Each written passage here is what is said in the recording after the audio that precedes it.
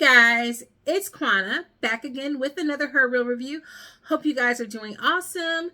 Today I am going to be reviewing and discussing episode 6, the series finale for The Ones Who Lived, the AMC spinoff of The Walking Dead, featuring the one and only Rick and Michonne. Spoilers for all of this episode and all of this season, but I'm going to try to keep most of their spoilers pretty light as I just talk about my overall expectations and experience with this episode, what I thought about the series as a whole, and perhaps even a ranking of these 6 episodes. But do me a favor, if you find yourself enjoying this video at any point in time, please hit the like button, please hit subscribe, and come back for more content. More importantly, get in the comments, let me know what you thought of this night's episode. Were you disappointed as some of the fans were, or was this everything you wanted and more? I'd really love to know. So this series has been all about Michonne going off into the world and finding her man, finding her husband, and bringing him back home to their kids.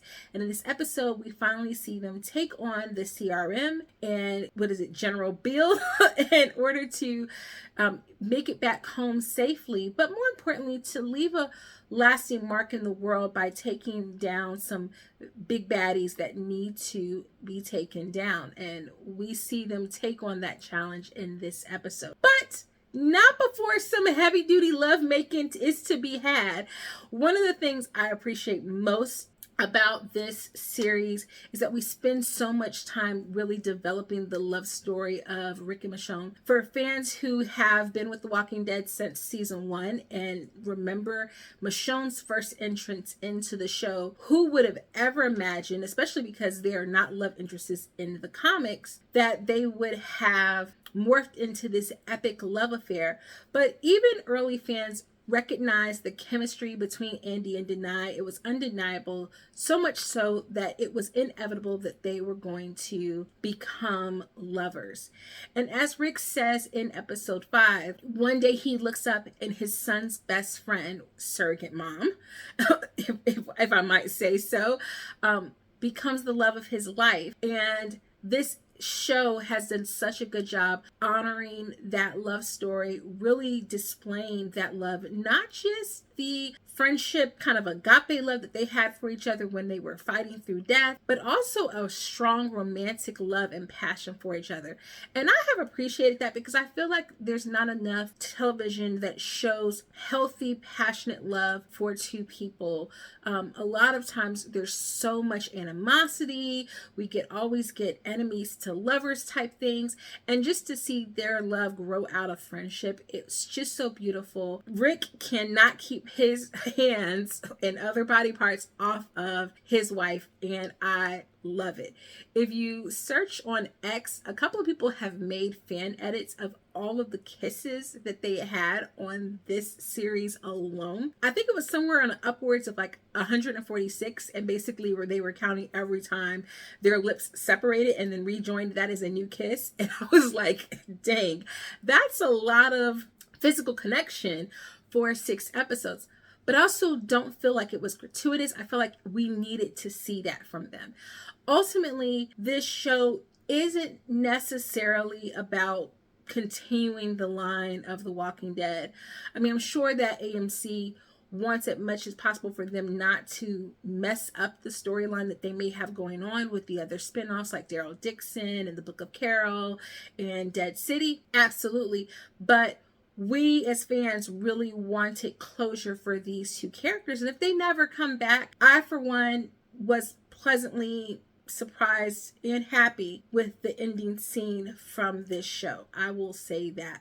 Also, a little birdie, or former birdie, has entered the foray and said that they would like their own spinoff, no other than Kyrie Payton, who played King Ezekiel, is ready for an Ezekiel spinoff. And might I say, if we can get a reunion between Ezekiel and Jerry, I will be here for that, especially if it is more of like a buddy cop kind of comedy, because everything in The Walking Dead is so heavy. It would be kind of interesting to see if they can find a way to have these 2 characters head out west, because we didn't really get we got a little bit of west with like Fear of the Walking Dead, but head out west and take on the Wild West zombies. How much fun would that be? I'm here for it. AMC, if you guys want to make that series, I will definitely cover it here on this channel. After some lovemaking with Rick and Michonne, they head back to the Cascadia base where they are going to take on Bill, and they have to tie up all the loose ends with Thorne. Most importantly, they have to find that dossier that Miss Annie herself concocted and hid. While Michonne is looking for that, looking to destroy that, Rick has to go in, kind of reclaim his identity, because remember, Dana cannot really come back. There's just no way. That would just be too ironic for both of them to have survived the plane crash and no one else to. And so she has to sneak in under the guise of being a random soldier, and Rick has to return as himself so that he can get the echelon briefing and find out everything that is going on with the CRM. After retrieving the dossier from Jadis's room, Michonne finds out that the CRM plans to conduct a veritable genocide on Portland, wiping out the entire city, but rescuing a few of the children in order to maintain the population and to have, new life be bred into the CRM. Which, of course, as both just a human being and a mom, she is utterly dismayed at. While Rick learns from Bill that, at least according to him, there aren't enough resources for human life to continue to exist, and that soon, within a short period of time, maybe a few years at best, maybe a decade, the dead will completely outrun the living. The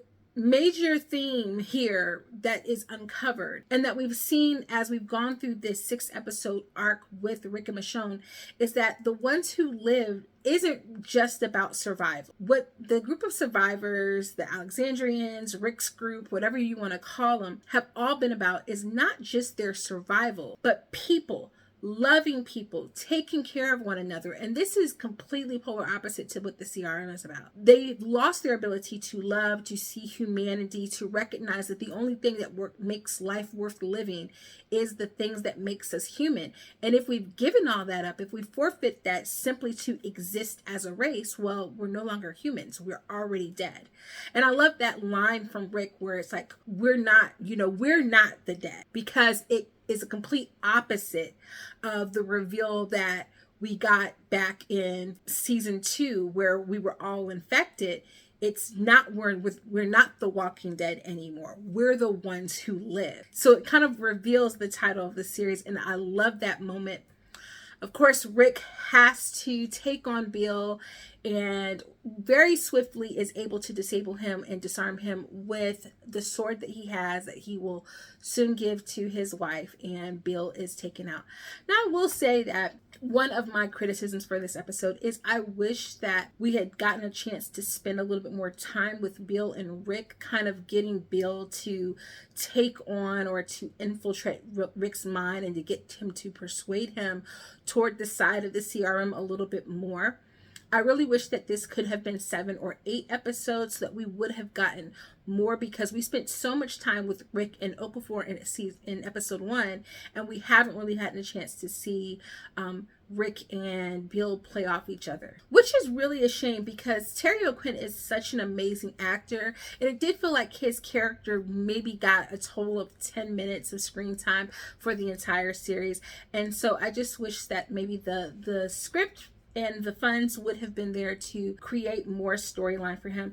I think it would have been interesting if we had gotten them entering back into Cascadia, and then we spent much more time alone with Rick, kind of making his way through to get to that echelon meeting. It happens very quickly. This all is happening within the span of a day, which is a little ironic that they come back on the very day that he kind of gets that briefing. And then Michonne is doing everything all in the span of a day. It would have been a little bit more high stakes had they been separated for a bit longer, not being able to get back to each other, maybe spend a day with Rick, or half the episode at least with Rick, half the episode with Michonne, and then in episode 7 have them come back together to kind of wipe out the CRM. I think that would have made the pacing not feel so rushed for fans who are complaining that it was rushed. And it kind of felt, I don't know, I did not love the fact that Thorne is the one that they take on last, because if we're looking at this as kind of like your typical hero's journey, the more formidable foe goes last. So Bill is really the one who has the most power. He should have been the one who was last and not Thorn. Thorn could have been just somebody who was just very quickly disposed of right before encountering Bill for the last time and then taking him out. That's probably how I would have restructured this episode, just to make it feel a little bit more epic. That being said, I'm so happy with what the show gave us, which was closure for Rick and Michonne, and that was the thing that more than anything I wanted. I really could care less about the whole CRM storyline, because I felt like already The Walking Dead had kind of muddled so many elements of that along the way that it didn't feel as though they were really tackling that on with Dead City or with Daryl Dixon. So even though, yes, there were some interesting little threads along the way, it didn't feel as though there was a clear vision for where that was going to go. And I would rather see something else come up and become the new structure that has to be taken on in these spin-offs to wrap things up. Finally, Rick and Michonne get back together. They're able to decimate the CRM forces, the militant forces that have been going on these rampages and destroying all of these communities. They're able to take on Thorn, stop Bill, and save the day. Ultimately, giving the information for what the CRM was doing to the civilian government that was running things, and allowing that civilian government to take over what made up those communities that were still in existence. There's open borders that they create, and they're able to go back home, and we get that beautiful closing scene, that Little House on the Prairie scene with Judith and RJ reuniting with their parents in the field. First of all, can we just say how big Haley Fleming has gotten? Goodness gracious, she's going to be in Ryan Reynolds. Is it Ryan Reynolds? Ryan Reynolds' new movie, If. I want to say it's Ryan Reynolds. It's not Ryan Reynolds. What is that guy's name? Is it Ryan Reynolds? Ryan Reynolds and John Krasinski. I was like, I know I'm not going crazy. I've seen that trailer 11 times. So she's going to be in that movie. She's gotten so big. She's 17 now. Like, what in the world? So just think she probably was 15 when they filmed this. She's playing 12. She looks like she's a passable 12 years old. RJ was big as well. He's like 8 or 9 now. And I felt as though a lot of people complain about the way the reunion went. They complained about the actor who played RJ. Like, can we just give some child actors a break? That boy had one line of dialogue in this entire show. Why are we critiquing one line of dialogue? What was he to do? I felt like knowing kids, working with kids, having kids, it's very reasonable the way he reacted to Rick. This is a man, he's never met a day in his life. He's not heard Rick's voice since he was in utero. So the way that he acted toward Rick seemed completely plausible and feasible to me. And of course, Judith, like vaguely remembering her father as a toddler and now seeing him again. But of course, she's been much closer to the mother that she sent off into the world to bring her father back. It was a nice, touching reunion. Yeah, could we have gotten a little bit more? Certainly. The things that I do wish that the show would have included, but this would just have been greater fan service, and I can't ding them for not doing these things because it's not my story to tell, but it would have been just nice little touches. The show opened with those beautiful dream sequences of Rick where he was reuniting or uniting for the first time, actually, in many ways, with Michonne outside of the world of the dead. And it would have been nice to have seen him dream of Carl. That was such a big thing about how the CRM had stolen his dreams of reuniting with Carl from him. And of course, one of the big takeaways in episodes 4 and 5 is him staring at that image of Carl whenever they're driving on the phone and kind of getting that back. So it would have been nice to see that come full circle. And I think it would have been very easy because while Chandler Riggs is older, he's still a young adult, and if Zendaya can continue to play a high schooler at like 25, Chandler Riggs at like 21 can put on a long-haired wig and reclaim the mantle as Carl one last time to reunite with his daddy Rick in a dream sequence. He was at the premieres of this, and I would guarantee that that was more about Andrew, because he and Andrew were super close. I don't know if he's reconciled everything that happened with him and Scott, but that would have been such a nice touch to have Rick dream one last time of him and with his 3 kids together. That would have just been fan service for me. That wouldn't have been for anybody else, so I can't ding them for that. I did like this episode a lot in terms of seeing Rick and Michonne be lovey-dovey and all the moments that I can suck that up. I will always, always, always go for that. And I definitely think Denai is someone who, given the strength of the episode that she did, episode 4, I definitely think Denai is such a good writer. I think that's like, if we had a list of takeaways, the best things that we got from this series, I think the reuniting of Andy and Denai, definitely number 1. Like the chemistry between those two, the friendship, the camaraderie, all of those things, so beautiful to see. And then their characters have so much chemistry because of their natural chemistry, that the love story and the romance between the two of them is like number 2 of the best things that came out of this series. Number 3, Denai as a writer. Every time she puts her pen to something, it is award winning. I suspect she will get a nomination for her writing of episode 4. I think the possibility of perhaps this inspiring some characters that fans actually want to see more of. Not saying anything negative about Maggie and Negan, but that was a pairing no one was asking for. Maggie and Negan. Nobody was asking for Maggie. Negan and Rick, Negan and Daryl, heck, Negan and Judith.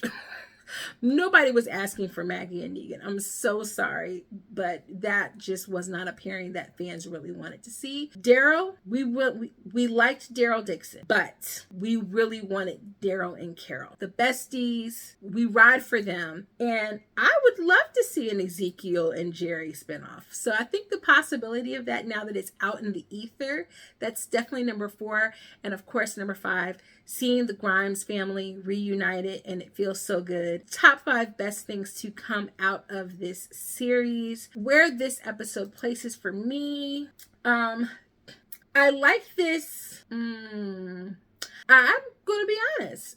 I think this is my least favorite. It feels so wrong to say that because this is the one where we got the reuniting of the Grimes family. But out of the 5 episodes that we got, I will say my absolute favorite episode was episode 4. That writing was just so daggone good. So good. That for me, that was my favorite.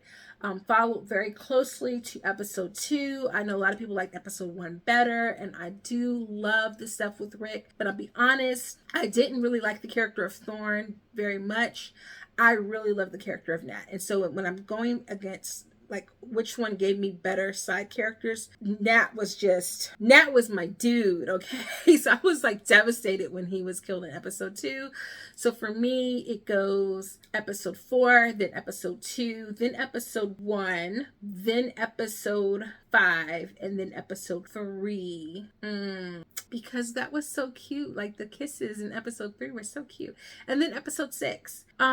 But I will say, again, as I've said before, I do feel like this is the most solid bar for bar episode run that we've gotten in any of the Walking Dead spinoffs. Hands down, probably the best run of episodes in Walking Dead history. I think this shows the potential. They had a really good run. I think they slowly have gotten better. Fear got better as it went along, and then it kind of fell off, as most shows do. Dead City, for me, was a no mas.